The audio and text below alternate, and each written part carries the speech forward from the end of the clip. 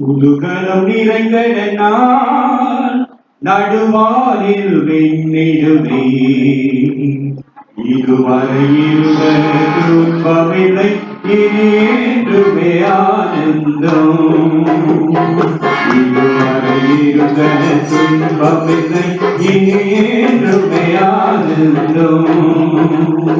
கரகாட்டலாமே சுரிந்து யுகம் செய்திடுவான் என்று. கரகாட்டலாமே சுரிந்து யுகம் செய்திடுவான் என்று. அவர் ஆவியினால் புதுகல நடந்து ஜெய கீதங்கள் பாடிடுவோம். அவர் ஆவியினால் புதுகல நடந்து ஜெய கீதங்கள் பாடிடுவோம். புதுகலம் நிறைந்தன நடுவானில் நின்றிடுவே. இதுவரை இருந்த துன்பமில்லை, இனி என்றுமே ஆனந்தம். இதுவரை இருந்த துன்பமில்லை, இனி என்றுமே ஆனந்தம். புவி மீதில் சரீரமிப்பு என்னை காணோடின எங்கும். புவி மீதில் சரீரமிப்பு என்னை காணோடின எங்கும். மனமகிழ்ந்திடவே அவர் வந்திடுவார், மனவாட்டிய சேர்ந்திடுவோம்.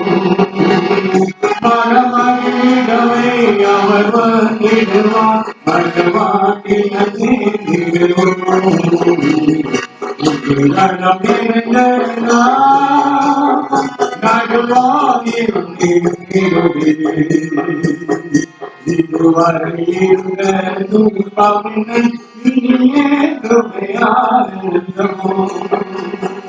இதுவரை இருந்த துன்பமில்லை, இனி என்றுமே ஆனந்தம். ஜனவிழிப்புடன் வாழ்ந்தவர் அவர் மறுமையை நோக்கி.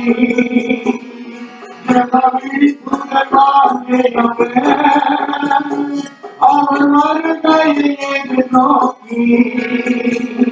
நாமாயிருந்தமாய் புதிய நகரமாய் நாமாயிருந்தமாகிடுவோம். நாமாயிருந்தமாய் புதிய நகரமாய் நாமாயிருந்தமாகிடுவோம். புதுகலம் நிறைந்தன நடுவானில் நின்றிடுவே. இதுவரை இருந்த துன்பமில்லை, இனி என்றுமே ஆனந்தம். இதுவரை இருந்த துன்பமில்லை, இனி என்றுமே ஆனந்தம். சோமாண்டவரே, எங்களை அர்ப்பணிக்கிறோம் கர்த்தாவே. உடைய பிறப்பினாலேயே நாங்கள் ஒன்று கூடி ஒரு குடும்பமாய் திருச்சபை மக்களாக ஆண்டவரை ஊழியர்களாக இணைந்து மகிமைப்படுத்த வருகிறோம். எங்களை ஆசீர்வதி. நீங்க பேசுங்க. இயேசு கிறிஸ்துவின் மூலம் ஜெபம் எடுக்கிறோம் எங்கள் ஜீவன் உள்ள நல்ல பிதாவே. கிறிஸ்துவுக்குள் அன்பான தேவ ஜனமே, உங்கள் யாவரையும் ஆண்டவராக இயேசு கிறிஸ்துவின் இனிதான வல்லமையான பெரிதான நாமத்தினாலே நாங்கள் வாழ்த்துகிறோம். தேவன் உங்களை ஆசீர்வதிப்பாராக. உங்கள் அனைவருக்கும் திருச்சபை மக்களாகிய தினப்படி திருச்சபை மக்களாகிய உங்கள் யாவருக்கும் கிறிஸ்துமஸ் நல் வாழ்த்துதல்களை நான் தெரிவித்துக் கொள்கிறேன். தேவன் உங்களை ஆசீர்வதித்து காப்பாராக. ஆண்டவருடைய பெரிதான கிருபை உங்களோடு கூட எப்போதும் இருக்கும்படியாக நாங்கள் ஜெபிக்கிறோம். தொடர்ந்து உங்களுக்காக ஜெபித்துக் கொண்டிருப்போம். நீங்களும் எங்களுக்காக ஜெபியுங்கள். ஆண்டவர் வரப்போகிறார். ஆண்டவருடைய வருகை சமீபமாக இருக்கிறது. ஆகவே அவருடைய வருகைக்கு நாம் ஆயத்தப்பட வேண்டும் என்று சொல்லி நாங்கள் உங்களிடத்துல அன்போடு கேட்டுக்கொள்கிறோம். இந்த நாளிலே ஆண்டவர் உங்களுக்கு ஒரு விசேஷமான வார்த்தையை கொடுத்திருக்கிறார். நாம் வாசிக்க கேட்கலாம். லூக்கா எழுதின சுவிசேஷம் 2வது அதிகாரம் 14வது வசனம். உன்னதத்தில் இருக்கிற தேவனுக்கு மகிமையும் பூமியிலே சமாதானமும் மனுஷர் மேல் பிரியமும் உண்டாவதாக என்று சொல்லி துதித்தார்கள் என்று சொல்லி நாம் வேதத்திலே வாசிக்கிறோம். ஆண்டவருடைய பிறப்பின் நற்செய்தியை அறிவிப்பதற்காக தேவ தூதர்கள் அவர்கள் இறங்கி மேய்ப்பர்களை சந்தித்து அவர்களுக்கு நற்செய்தியை வெளிப்படுத்துகிறார்கள். அப்படி நற்செய்தியை வெளிப்படுத்தினவர்கள் ஒரு உண்மையை சொல்லுகிறார்கள். என்ன உண்மையை சொல்லுகிறார்கள்? உன்னதத்திலே தேவனுக்கு மகிமையும் பூமியிலே சமாதானமும் மனுஷர் மேல் பிரியமும் உண்டாகும் என்று சொல்லி வாழ்த்துகிறார்கள், துதித்தார்கள். அவர்கள் அந்த நற்செய்தியை மேய்ப்பர்கள் நம்மை போன்றவர்களுக்கு அறிவித்தார்கள். ஆகவே தான் இன்றைக்கு நாம் ரட்சிப்புக்குள் நடத்தப்பட்டவர்களாக நாம் இங்கே கூடி வந்து ஆண்டவரை மகிமைப்படுத்திக் கொண்டிருக்கிறோம். ஹல்லேலூயா, ஹல்லேலூயா, ஹல்லேலூயா. எனக்கு அருமையான தேவஜனமே, ஆண்டவர் நம் மீது வைத்த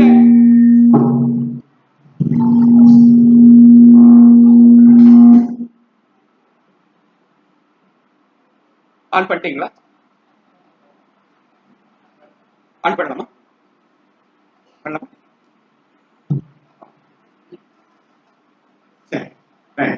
God bless you. நாம இதற்கெல்லாம் ஜெபம் பண்ணணும். ஆண்டவரை நாம் ஆராதிக்கும் பொழுது இப்படிப்பட்ட தடைகள் வராதபடிக்கு நாம் எச்சரிப்போடு நாம் ஜாக்கிரதையாக ஆயத்தங்கள் செய்யும் போது கர்த்தர் நிச்சயமாக நம்மை ஆசீர்வதித்து வழிநடத்துவார். எனக்கு அருமையான தேவஜனமே, இன்னைக்கு ஆண்டவர் நமக்காக வெளிப்பட்டார். நம்மை ரட்சிப்புகள் நடத்துவதற்காக, நம்மை வழி நடத்துவதற்காக, தேவன் நம்மை மீட்பதற்காக ஆண்டவர் இந்த பூமிக்கு இறங்கி வந்தார். இன்னைக்கு எல்லா உலகங்களிலும்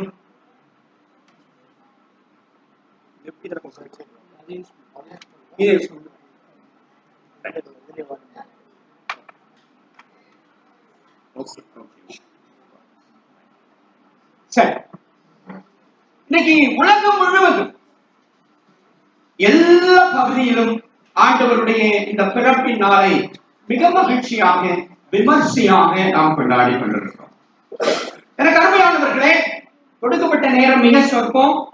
ஆகவே சுருக்கமாக ஒரு சில காரியங்களை மாத்திரம் நான் உங்களுக்கு நினைவுபடுத்தி விட்டு மீண்டும் ஒரு வாய்ப்பு கிடைக்கும் பொழுது நாம் இன்னும் விரிவாக பல காரியங்களை நாம் தியானிக்க ஆண்டவர் நமக்கு உதவி செய்வார்.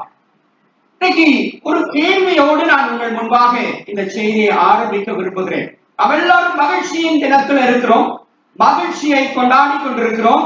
கிறிஸ்துமஸ் என்பது பிறப்பின் அந்த நாளை நினைவு கூறுகிற மக்களாக நாம் இன்றைக்கு இங்கே கூடி வந்திருக்கிறோம். எல்லா ஆலயங்கள் எல்லாம் டெக்கரேட் பண்ணியிருக்கு. எல்லா பகுதியிலும் நிறைய செலவு செய்து நிறைய எதிர்பார்ப்புகளோடு இந்த அலங்காரங்களை நாம் செய்து கொண்டிருக்கிறோம். புத்தாடைகள் வாங்குவது எல்லாமே. எனக்கு ஒரு பதிலை சொல்லுங்கள், நாம் இவையெல்லாம் எதற்காக செய்திருக்கிறோம்? சொல்லுங்க சிஸ்டர். சொல்ல மாட்டேன். ஏசப்பாவின் பிறந்த நாள். சரி, ஏசப்பா இன்னைக்குதான் பிறந்தாரா? இல்ல. எப்ப பிறந்தாரு? யாருக்கும் தெரியாது. சரி, ஆனா வேதம் ஒரு உண்மையை சொல்லுகிறது. சரித்திர வல்லுநர்கள் ஒரு உண்மையை நமக்கு சொல்லி இருக்கிறார்கள். அது என்னவென்று சொன்னால், 2000 ஆண்டுகளுக்கு முன்பாக கிறிஸ்து பிறந்தார் என்ற ஒரு நம்பிக்கை நமக்கு இருக்கிறது. அதற்கான அடையாளங்கள் நிறைய நமக்கு ஆதாரங்கள் கிடைத்திருக்கிறது. ஆகவே அந்த ஆதாரங்கள் அடிப்படையில 2000 ஆண்டுகளுக்கு முன்பாக நாம் ஆண்டவர் பிறந்தார். மாத்திரமல்ல, இன்னொரு உண்மையை நாம் புரிந்து கொள்ள வேண்டும். கிறிஸ்துவுக்கு முன் கிறிஸ்துவுக்கு பின் என்ற ஒரு அடிப்படை இருக்கிறது. கிமு கிபி என்பது கிறிஸ்து பிறப்பை அடிப்படையாக கொண்டு உலகம் பகுக்கப்பட்டது, காலம் பகுக்கப்பட்டது என்ற உண்மை இருக்கிறது. இன்றைக்கு நாம் வருகிற ஜனவரி மாதம் புதிய ஆண்டுக்குள் பிரவேசிக்க போகிறோம். அது எந்த ஆண்டு? 2022க்குள் பிரவேசிக்க போகிறோம். அப்படியானால் 2022 ஆண்டுகள் ஆண்டவர் பிறந்து முடிந்து விட்டது அல்லது 2022 துவங்க போகிறது என்று அர்த்தம். இது நமக்கு கொடுக்கப்பட்டிருக்கிற ஆதாரமாக இருக்கிறது. ஆகவே கிறிஸ்து பிறந்து 2000 ஆண்டு ஆயிற்று. ஆகவே நாம் இந்த பிறப்பு, இந்த கொண்டாட்டங்கள் எல்லாம் எதற்காக கொண்டாடி கொண்டிருக்கிறோம்? கிறிஸ்து பிறந்தார் என்று கொண்டாடி கொண்டிருக்கிறோம். அல்லேலூயா, அல்லேலூயா. நான் சொல்றது உங்களுக்கு புரியுதா? நாம் எதை கொண்டாடி கொண்டிருக்கிறோம்? கிறிஸ்து பிறந்தார். அப்படின்னா என்ன டென்ஸ்? அப்படின்னா பாஸ்ட் டென்ஸ் இல்லையா? கிறிஸ்து பிறந்தார், அதுதான் அடிப்படை. நாம் எல்லாம் இங்கே இருப்பதற்கு எது அடிப்படை? கிறிஸ்து பிறந்தார் என்பதுதான் அடிப்படை. ஆனால் நாம் எதை எதிர்நோக்கி கொண்டிருக்கிறோம்? வருகையை எதிர்நோக்கி கொண்டிருக்கிறோம். இப்ப என்னுடைய கேள்விக்கு இங்கேதான் என்னுடைய கேள்வி இருக்கிறது. வருகைக்கான டெக்கரேஷன்ஸ் நம்மிடத்துல ஆயத்தமாக இருக்கிறது. என்னுடைய கேள்வி புரிகிறதா? வந்த ஆண்டவருக்கு நாம் பண்டிகை கொண்டாடி கொண்டிருக்கிறோம். அல்லேலூயா. ஆனால் வரப்போகிற ஆண்டவருக்கு நாம் எப்படிப்பட்ட பண்டிகையை கொண்டாட போகிறோம், அல்லது என்ன ஆயத்தத்தை செய்து கொண்டிருக்கிறோம் என்பது மிக மிக விசேஷமானது என்பதை உங்களுக்கு அதை நினைவுபடுத்த விரும்புகிறேன். சரிங்களா? நல்ல கவனிங்கள். எனக்கு ரொம்ப மகிழ்ச்சி, இந்த ஆலயத்திற்கு வந்தது சந்தோஷம். உங்கள் அனைவரையும் சந்தித்தது எனக்கு மிகுந்த மகிழ்ச்சி. அந்த வாய்ப்பை கொடுத்த ஊழியர் அவர் தான் இந்த வாய்ப்பை எனக்கு கொடுத்தார். இல்லைன்னா நான் உங்களை பார்த்தே இருக்க முடியாது. இல்லையா? இவ்வளவு அருமையான ஒரு சபை மலை மேல கட்டப்பட்டிருக்கிற வீடாக, ஜெப வீடாக இது இருக்கிறது. மிக அற்புதம், மிக அதிசயமாக இருக்கிறது. ஆசீர்வதிக்கப்பட்ட மக்களாக நீங்கள் இருக்கிறீர்கள். கர்த்தர் உங்களை நிச்சயமாய் ஆசீர்வதிப்பார். மாத்திரமல்ல, இங்கே 2 நிகழ்ச்சிகள் நடந்தது. அந்த 2 நிகழ்ச்சிகள் எனக்கு மிகுந்த மகிழ்ச்சி. ஒன்று, அருமையாக பாடின மகன், அவன் மிக அருமையாக கீபோர்டு வாசிச்சு மறுபடியும் போயிடுச்சு. கீபோர்டு அருமையா வாசித்து பாடலை பாடின அந்த செய்தி. இன்னொரு விசேஷம், சகோதரி அவர்கள் இங்கே சாட்சி சொன்னார்கள். அந்த சாட்சி ரொம்ப அற்புதமானது, மிக அருமையானது. நம்ம எல்லாருடைய வாழ்க்கையிலும் சாட்சிகள் இருக்க வேண்டும். ஆண்டவர் நம்மை சாட்சிகளாக மாற்ற விரும்புகிறார். நாம் சாட்சியாக வாழ வேண்டும். மாத்திரமல்ல, இன்னொரு விசேஷத்தை, இது 2 மகிழ்ச்சியான விசேஷம்.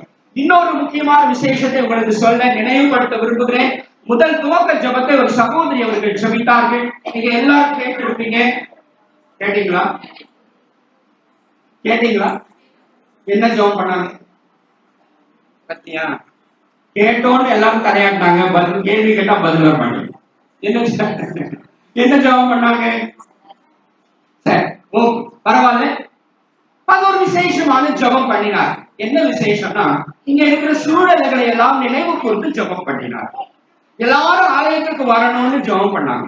நமக்குள்ளே ஐக்கியம் இருக்க வேண்டும் என்று ஜெபம் பண்ணினார்கள். மனக்கசப்புகள் நீங்க வேண்டும் என்று ஜெபம் பண்ணினார்கள்.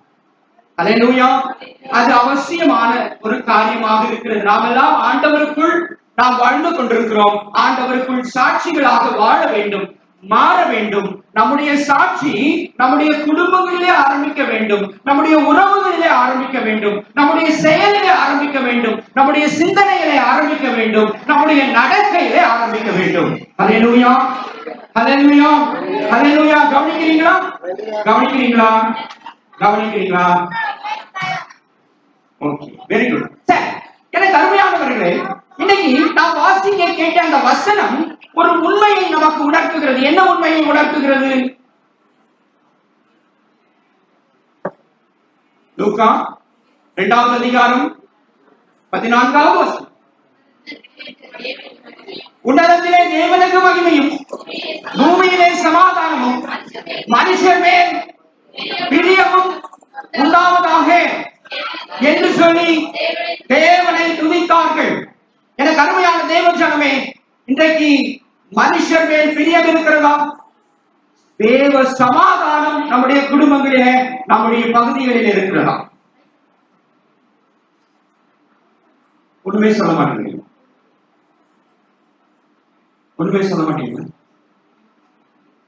சமாதானம் இருக்கிறது. அதாவது வசனம் என்ன சொல்லுகிறது? உலகத்திலே தேவனுக்கு மகிமை, பூமியிலே சமாதானம், மனுஷர் மேல் பிரியம். இது வசனம் நம்ம கொடுக்கிறேன். அத்தாட்சியான, இது மாறாது, இது பொய் சொல்லாது. நம்முடைய கரங்களில் இருக்கிற வார்த்தை சத்தியமானது. அது உண்மையை தான் பேசும். அது ஜீவன் உள்ளது. பேசிக் கொண்டிருக்கிற வார்த்தை உயிருள்ள வார்த்தை. அது எல்லா காலத்திற்கும் உரிய வார்த்தை என்று நாம் நம்பிக்கொண்டிருக்கிறோம். கொண்டிருக்கிறோம். அதுதான் உண்மை. இப்ப நாம் ஒன்றை புரிந்து கொள்ள வேண்டும். தேசத்துல சமாதானம் இருக்கிறதா? மனுஷர் மேல் பிரியம் இருக்கிறதா? இல்லை. அப்படியானால் நாம் என்ன செய்ய வேண்டும்? ஏன் பிரியமில்லை, ஏன் சமாதானம் இல்லை என்பதை சிந்திக்க ஆண்டவர் இந்த நாளிலே நம்மை அழைத்திருக்கிறார். ஆண்டவர் நாம் வெறுமனே கொண்டாட்டங்கள் அல்ல, சிந்தனை செயலில் இறங்க வேண்டும். கிரியை இல்லாத விசுவாசம் செத்தலாக இருக்கிறது என்று வேதம் சொல்லுகிறது.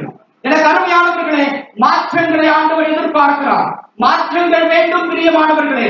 மாற்றங்களுக்காக நாம் பிரயாசம் எடுக்க வேண்டும். வெறுமனே வருவதும் போவதும் அல்ல என்பதை நாம் இன்று இந்த நிமிடமாகிலும் நாம் உணர்ந்தால் மாத்திரமே ஆண்டவருடைய வருகைக்கு நாம் ஆயத்தப்பட்டோம் என்பதற்கான அடையாளம் ஆரம்பமாகும்.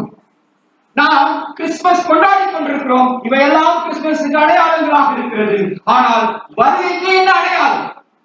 வருகைக்கு என்னிடத்தில் என்ன மாற்றம் இருக்கிறது? எதை நான் செய்ய போகிறேன்? எப்படிப்பட்ட மாற்றங்களை நான் ஏற்படுத்திக் கொள்ள போகிறேன் என்ற கேள்வி இன்றைக்கு நம் முன்பாக இருக்கிறது. சமீபத்தில் பெருவெள்ளம் மழை வந்ததா? நம்ம ஊர்ல மழை வந்ததா? வந்தது. எப்படி வந்தது? எப்படி வந்தது? சொல்ல முடியாத மழை வந்தது. பார்த்தீங்களா? அப்ப சொல்ல முடியாத மழையே. வாசியுங்கள் எசேக்கியேல் தீர்க்கதரிசன புத்தகம் 13:13.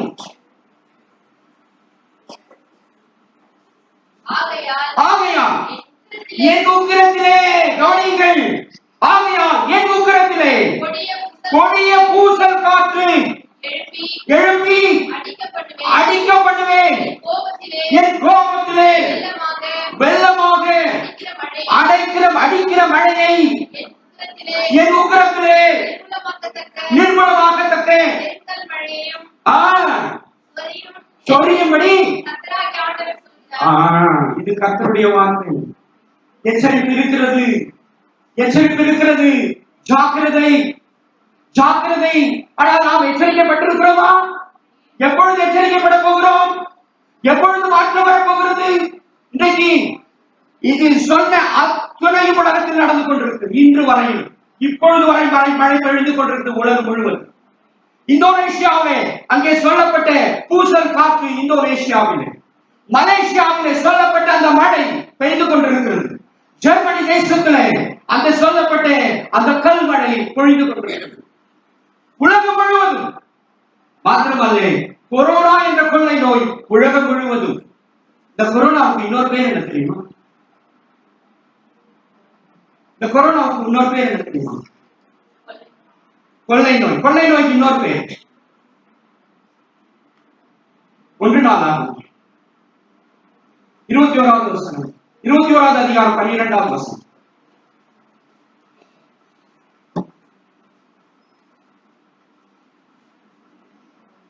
ஒன்று நாளாகவும் 21:12.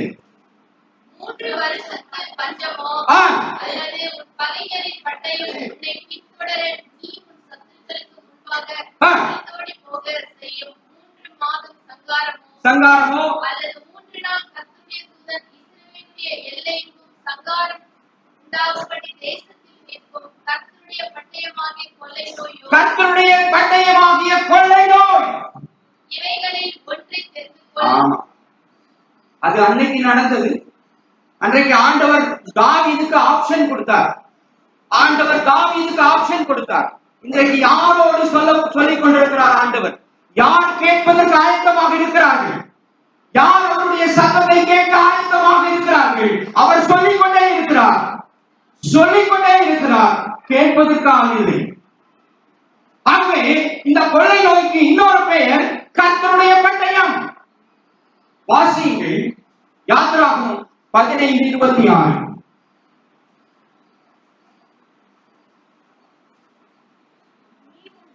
நீ உன் தேவனாகிய கர்த்தருடைய சத்தத்தை, நல்லா முதல்ல நல்லா வாசிங்க. நீ உன் தேவனாகிய கர்த்தரின் சத்தத்தை கவனமாய் கேட்டு, கவனமாய் கேளு என்று சொல்லுகிறார். அவர் பார்வைக்கு செம்மையானவைகளை செய்து அவர் கட்டளைகளுக்கு செவி கொடுத்து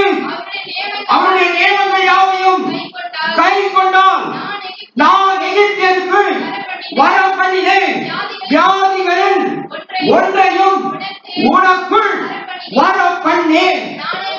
நானே ஒரு பரிகாரியாகிய கர்த்தர். வர பண்ணேன் என்றால் என்ன அர்த்தம்? வர பண்ணேன் என்றால் என்ன அர்த்தம் சொல்லுமா? இல்லமா, நான் கேள்வி வர பண்ணேன் என்றால் என்ன அர்த்தம்? நீங்க சொல்றீங்க கரெக்டா? ஐயோ இல்லமா, அந்த வசனம், அந்த வார்த்தை என்ன சொல்லுகிறது? அந்த வார்த்தை அதாவது வர பண்ணேன் என்று சொல்லுகிறார் இல்லையா? அப்படின்னா என்ன அர்த்தம்? ஐயோ, பாத்தீங்களா பாத்தீங்களா, எங்க நம்ம பத்தியா இல்ல. நான் எதுக்கு சொல்றேன், நீங்க தப்பா நினைச்சுக்காதீங்க. என்னமா?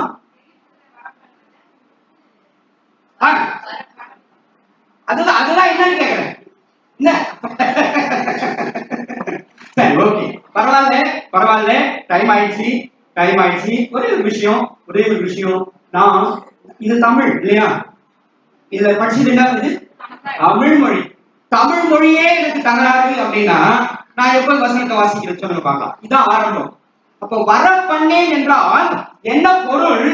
அனுமதிக்க மாட்டேன் என்று பொருள் இல்லையா? புரியுதா? வர பண்ணேன் என்றால் என்ன பொருள்? அனுமதிக்க மாட்டேன். எப்பொழுது அனுமதிக்க மாட்டேன்? ஜெபம் பண்ணி. சீக்கிரம் சொல்லுங்க. கரெக்டா நீங்க சொல்றது கரெக்ட் சொல்லுங்க. தாண்டி ஜெபம் பண்ணி அப்புறம் பத்தியா படிச்ச வசனத்தையே பதில் சொல்லலாம் எப்படி நியாயமா? படித்த வசனத்திலேயே இருக்கு. இப்பதான் படிச்சோம். என் சத்தத்தை கவனமாய் கேட்டு பார்வைக்கு செவையானவைகளை செய்து கட்டளைகளுக்கு அவர் நியமங்களுக்கு கை கொண்டால், அவர் சொல்றார் இவை செய்தால். எப்படி செய்தால்? என்னுடைய கட்டளை, என்னுடைய பிரமாணம், என்னுடைய நியமங்களை கை கொண்டால் வர பண்ணேன். ரைட்டா? இப்ப வாசிங்க எசேக்கியேல் 44:20.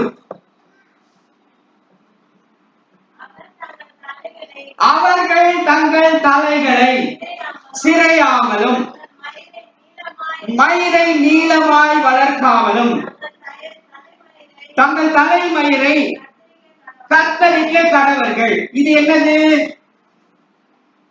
என்னது? ஆண்டவருடைய பிரமாணம். நம்முடைய கையில இருக்கிற வசனம், நம்முடைய கரங்களிலே வேதம் கொடுக்கப்பட்டிருக்கிறது இல்லையா? சத்தியம் நம்முடைய கரத்தில் இருக்கிறது. இந்த சத்தியம் எவைகளை நமக்கு போதிக்கிறது? ஐயோ, சொல்ல மாட்டேன்றீங்களே. பாத்தீங்களா?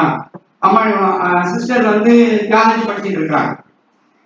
சிஸ்டர் பேச மாட்டேன்றாங்க. படிக்கிறதுக்கு ரெடியா இருக்கிறவங்க பேச மாட்டேன்றாங்க. வாலிபர்களையே பேச மாட்டேன்றாங்க. பெரியவங்க பேச மாட்டேன்றாங்க. எப்படி நியாயம் சொல்லுங்க? சரி, ஓகே, நல்லா கவனிங்க. ஒண்ணு வருத்தப்படாதீங்க. இதை நிறைய கற்றுக்கொள்வதற்கான வாய்ப்பு இருக்கிறது. இனியாகிலும் நாம் ஜாக்கிரதைப்பட வேண்டும்.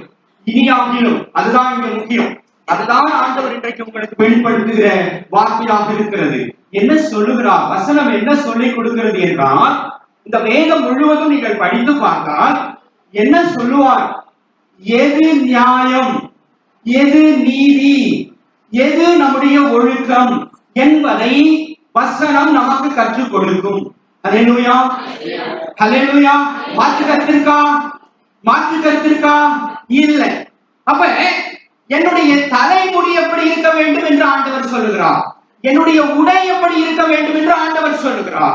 என்னுடைய பேச்சு எப்படி இருக்க வேண்டும் என்று ஆண்டவர் சொல்லுகிறார். என்னுடைய உறவு, என்னுடைய மக்கள் மத்தியிலே என்னுடைய உறவு எப்படி இருக்க வேண்டும் என்று ஆண்டவர் சொல்லுகிறார். என்னுடைய நடக்கை எப்படி இருக்க வேண்டும், நான் கோவிலில் எப்படி போக வேண்டும், நான் வருகையை எப்படி வர வேண்டும், ஆலயத்திற்கு எப்படி வர வேண்டும், எவைகளை செய்ய வேண்டும், இதைதான் ஆதியாகமத்திலிருந்து வெளிப்படுத்தல் வரையிலும் ஆண்டவர் நமக்கு கற்றுக் கொடுக்கிறார். இதை தவிர வேற ஏதாவது இருக்கா? இல்லை.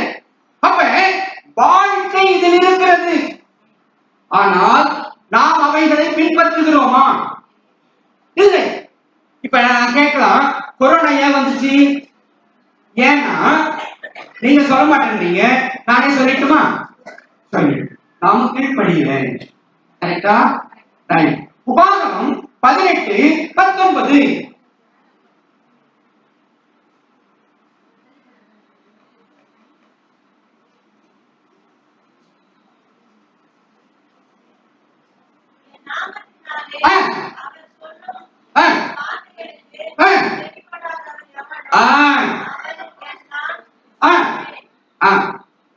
இந்த வார்த்தைக்கு என்ன அர்த்தம்?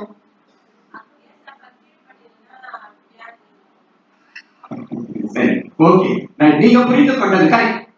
அதுல என்ன சொல்லப்பட்டிருக்கு என்று சொன்னால், சொல்லுகிற வார்த்தைக்கு நாம் கீழ்ப்படியாமல் போனால் கீழ்ப்படியாதவர்கள் மீது நியாய தீர்ப்பு வரும்.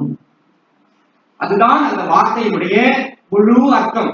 நியாய தீர்ப்பு இதன் அடிப்படையில் தான் நடக்கும். இதுல என்ன சொல்லப்பட்டிருக்கிறதோ அதற்கு மீறி என்னுடைய செயல் இருக்குமானால், என்னுடைய சிந்தை இருக்குமானால், என்னுடைய நடத்தை இருக்குமானால், ஆண்டவர் வருகையில் நாம் கேள்வி கேட்கப்படுவோம், நியாய தீர்க்கப்படுவோம்.